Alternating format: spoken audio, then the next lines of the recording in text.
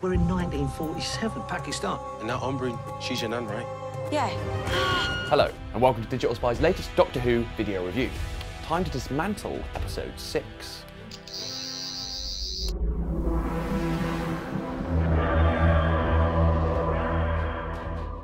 More so than its new look, its new music, or even introducing a female Doctor, the biggest change in Doctor Who this year has been in its storytelling. It feels as though Chris Chibnall's Who is less about external threats. The monsters are often just misunderstood or acting on instinct. This Doctor Who is more about the monsters inside ourselves, and while it first appears that demons of the Punjab might be reverting to the old format, it instead continues to push the show in new directions. There's literal bug-eyed monsters, but these are not the true menace. Again, they're aliens with compassion, and the real villain is an angry and confused young man. Some fantastic location work transports us back to the 1940s, with the Doctor and friends becoming caught up in the partition of India.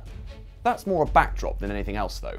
This is a more contained episode than most, concerning itself chiefly with the plight of Yaz's grandmother and the fate of her doomed fiancé. Prim is not Yaz's grandfather, which means that he has to die so that she can live, a moral quandary that Demons of the Punjab brings a great deal of emotional anguish out of.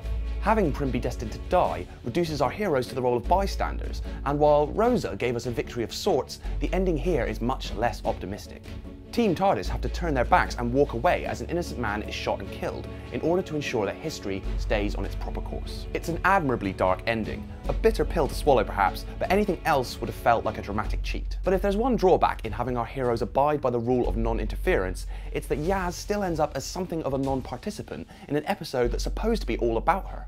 Despite everything, this still isn't quite the showcase that Mandip Gill deserves, though she absolutely delivers the goods when required. The episode's other shortfall, we're afraid to say, is parts of its guest cast. They're far from terrible, but Shane Zaza's performance as Prim is at times suitably intense, and other times strangely stilted, while Hamza Jitoa is also occasionally a little flat as Manish. So while this is a similar episode in many respects, Demons of the Punjab doesn't quite pack the emotional punch of Rosa. Though it should be said that Zaza and Jitoa both impress in their stirring final scene, as two brothers torn apart by tragic circumstances.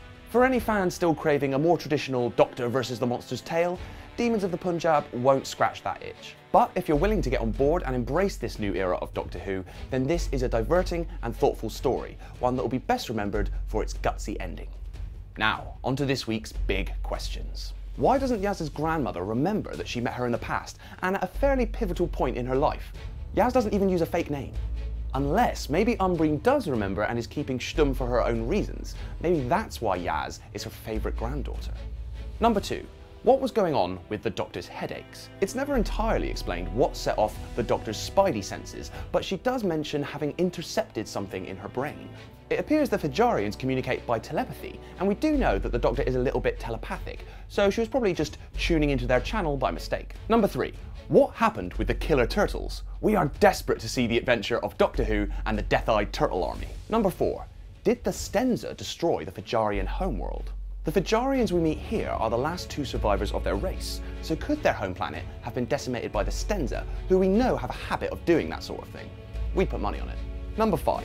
How well does the Doctor know Einstein? The Doctor mentions this week that she officiated Einstein's wedding, and it's been established in Doctor Who before that the Doctor has met the genius physicist. In fact, 2010 episode of Christmas Carol revealed that the Doctor, Einstein and Father Christmas once attended a party at Frank Sinatra's hunting lodge, which is presumably how the Doctor could organise those VIP Sinatra tickets in episode 3.